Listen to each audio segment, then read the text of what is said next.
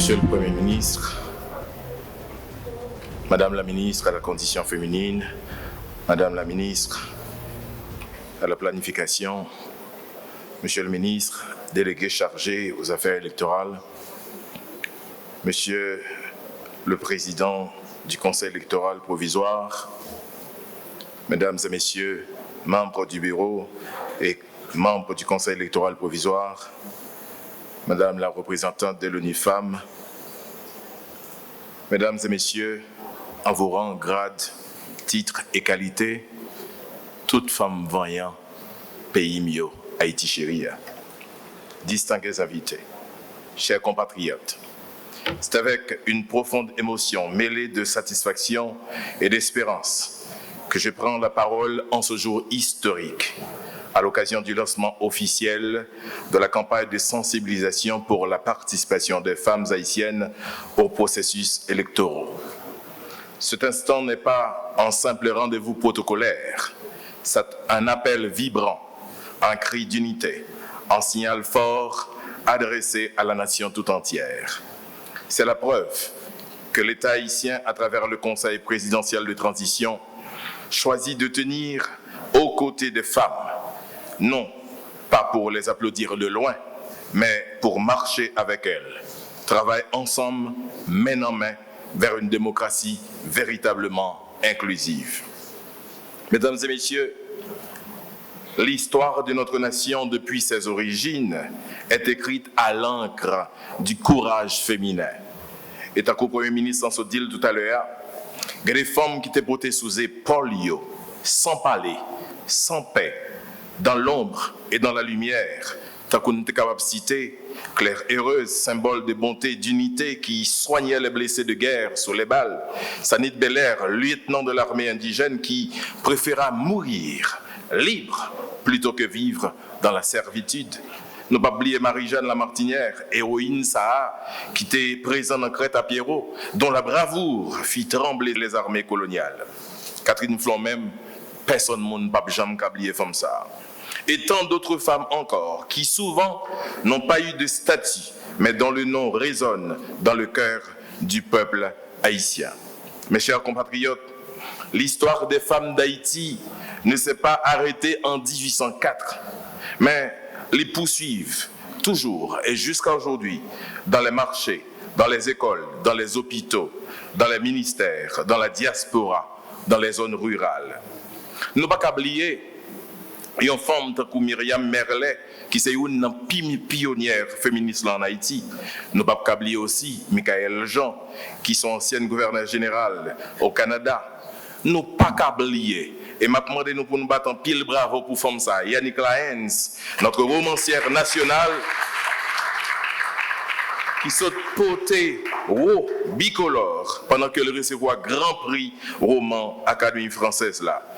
Toutes ces femmes démontrent que les femmes d'Haïti sont capables de grandeur. Oui, mesdames, c'est nous. Et c'est nous-mêmes qui véritable potomite en nation. Tout le monde connaît ça, même si on ne va pas le dire. C'est nous-mêmes. Le pilier invisible, la force tranquille, le souffle de vie de ce pays. Et pourtant, malgré tant de mérites, la place des femmes dans la gouvernance reste trop étroite. Dans les instances de décision, dans la politique, dans les élections, le silence féminin pèse encore trop lourd. Nous avons donc un devoir sacré, changer cette réalité. Ce n'est pas une faveur que nous accordons aux femmes, c'est une exigence morale et démocratique. C'est une question de justice, de légitimité, de stabilité nationale. Car aucune nation ne peut prospérer en écartant la moitié de sa force vitale.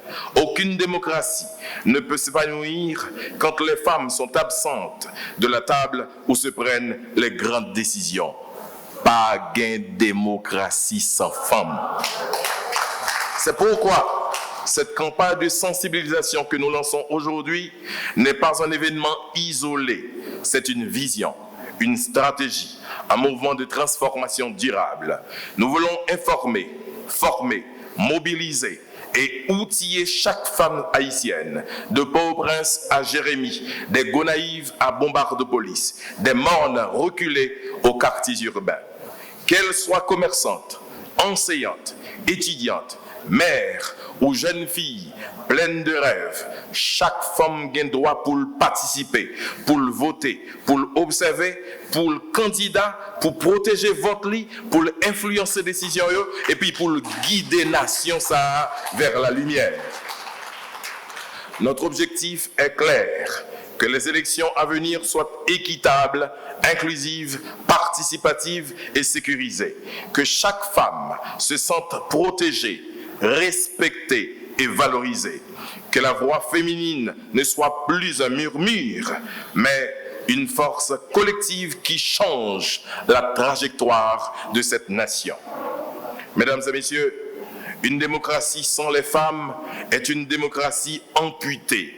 L'exclusion politique sous toutes ses formes affaiblit nos institutions et brise le rêve national. Mais lorsque les femmes s'impliquent, quand elles siègent, votent, dirigent, décident, le pays respire mieux.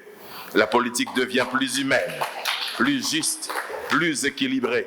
Et le pouvoir cesse d'être un privilège pour redevenir un service. Le Conseil présidentiel de transition, dans sa feuille de route et dans les réformes électorales en cours, place la question féminine au centre. Nous travaillons à garantir la sécurité des candidates, la prévention de la violence politique basée sur le genre et la promotion active de la parité dans les organes électoraux. Notre vision des institutions électorales qui ressemblent à Haïti et non un pouvoir réservé à quelques-uns, mais un pouvoir côté tout le monde là-dedans, surtout femmes. Parce que le leadership féminin n'est pas une exception, il est l'avenir. Chers compatriotes, mesdames, femmes, je vous lance aujourd'hui un appel solennel, fraternel et patriotique. Prends place nous. Prends place nous. Vois-nous pas yon petit bagay piti. Participation nous c'est lumière pour avenir pays. Sans nous, pas de changement. Sans nous, pas de démocratie réelle. Sans nous, pas de Haïti tout neuf. Tout le monde attend là. Femmes d'Haïti, vous êtes la mère, les mères de la liberté, les gardiennes de la foi, les bâtisseuses silencieuses du destin national. Et aujourd'hui, la nation vous appelle à parler, à voter, à diriger et à inspirer. Mesdames et messieurs, nous vivons une période difficile, mais aussi pleine de promesses. Les élections à venir doivent être plus qu'un exercice administratif. Elles doivent être une renaissance, un moment de réconciliation entre le peuple et ses institutions, un acte de foi dans la démocratie.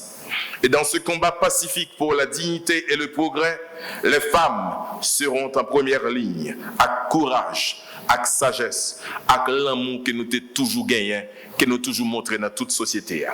Le Conseil présidentiel de transition vous accompagnera, vous protégera et vous honorera. Parce que l'avenir d'Haïti se fera avec vous, par vous et pour vous. Vive les femmes haïtiennes, vive la démocratie inclusive, vive la République d'Haïti. Que bon Dieu bénisse nous toutes. Merci.